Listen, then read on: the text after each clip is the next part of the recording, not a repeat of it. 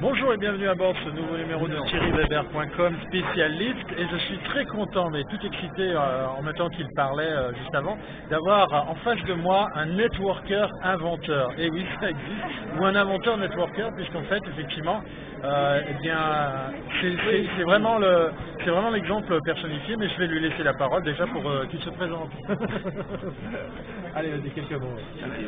Non, je ne sais pas fait te raconter. Alors déjà, ton nom, ton prénom. Je m'appelle Philippe Carbouriès et puis je suis photographe en fait. Mais avant, j'ai fait plein d'autres choses. Voilà, comme quoi par exemple? J'ai travaillé à Silicon Valley pendant 10 ans. J'étais producteur de SimCity 3000. J'ai développé plein de jeux vidéo. J'ai inventé un petit bidule aussi. Ah oui, montre-le. Le iTag. C'est un petit boîtier qui permet de cliquer sur la radio.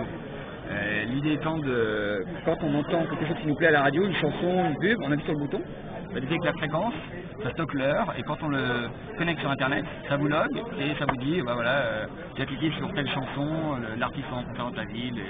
C'est un peu l'ancêtre de Shazam qui existe maintenant sur iPhone, qui reconnaît les morceaux. Il y a eu d'autres solutions un peu depuis, mais bon, c'était une solution hardware.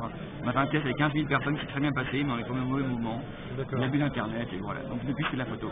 Alors, tu as beaucoup de cordes à ton arc, comme la photo, et puis tu es un bon exemple d'une plateforme, usager d'une plateforme géniale qui est Flickr. Qu'est-ce que tu en penses? Voilà, alors je mets beaucoup de photos sur Flickr, et en fait, les gens utilisent mes photos dans souvent des artistes vont faire des camps avec les photos que je fais, vont les montrer à leurs clients, et leurs clients en fait vont accepter un design avec mes photos avant que la société de design m'ait parlé. Donc ça me met dans une très bonne position pour pouvoir négocier. Donc je leur vends en fait les droits sur des images à partir de ce qu'il y a sur Flickr. Donc j'ai juste envoyé une facture par email.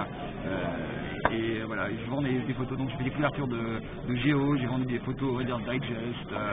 Donc ça veut dire Mac. que tu peux que encourager, on va pas parler de montant pour pas non plus faire peur à tout le monde, mais tu peux que encourager ceux qui créent du contenu, comme par exemple des photographes, que d'utiliser les plateformes pour s'exposer. Complètement. Plus on a de visibilité, en fait,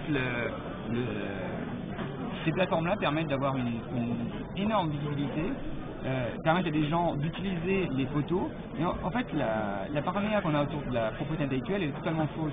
Parce que fondamentalement, si quelqu'un qui a les moyens utilise illégitimement du contenu, la loi est extrêmement favorable aux créateurs. Et donc, il faut faire confiance au système. C'est que des gens qui utilisent les photos dans un blog, c'est de la pub, je ne veux pas les faire payer. Par contre, des gens qui utilisent la photo dans un cadre commercial, éditorial, eux, ils vont me payer. Ils ne peuvent pas se permettre de prendre le risque. Ça veut dire que tu es prêt, ou tu le fais déjà, à fonctionner avec des Creative Commons par exemple? Moi, tout à fait. Parce que Creative Commons, il y a un élément qui me dérange beaucoup, c'est le fait que l'utilisation professionnelle n'est pas considérée. En fait, ma limite à moi, c'est que si la personne qui veut utiliser ma photo travaille pour de l'argent, alors ils doivent payer mon image. Et que si eux sont payés, moi je vais être payé. Donc ça me permet comme je fais beaucoup de photos d'enfants en particulier, je travaille beaucoup pour l'UNICEF, mais je fais beaucoup de photos qui sont utilisées par des ONG. Et ma limite, pour donner des droits gratuitement à une image, c'est si quelqu'un utilise le contenu dans un cadre professionnel, je veux être payé. S'ils le font comme des volontaires, je ne demanderai pas à être payé. D'accord. Avant-dernière question, il t'arrive des drôles de choses sur Flickr? Oui, il y a des petites anecdotes sympas, dis donc. Oui, ce qui m'est arrivé il y a 2 ans à peu près, c'est American Express a utilisé mes images. Moi je ne me suis pas rendu compte, c'est sur internet.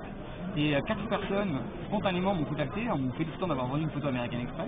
Ça arrive en fait régulièrement quand des images sont utilisées. Les gens les reconnaissent en fait. Il y a une telle population qui voit les images. En fait, parmi ces gens, il y en a qui vont les reconnaître, qui vont prendre la peine de faire un commentaire.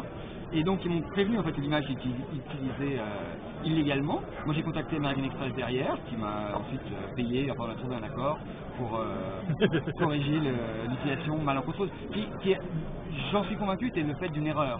Mais bon, je ne veux pas les encourager à faire des erreurs comme ça non plus. D'accord. Dernière question, ta présence au lift, tu viens y chercher quoi? À manger. Non, des rencontres. T'as pas fini ton dessert? Mais je mange pas le gluten. J'ai découvert ça en Asie. Non, je viens rencontrer des gens, des amis, des idées, passer du temps à réfléchir sur du networking alors. Voilà. de networking. Bon alors, vraiment, toute dernière question, où est-ce qu'on peut te trouver sur Flickr alors, pour aller admirer tes belles œuvres? Fitar, en fait mon nom de code c'est Fitar, c'est 3 premières lettres de mon nom et de mon prénom. Donc, voilà, tapez Fitar dans Flickr. Fitar c'est mon handle internet en fait. Bah écoute Philippe, merci, puis à bientôt si c'est pas merci à toi. On va lui demander la permission quand même avant. Ah mais c'est aussi ça le podcasting.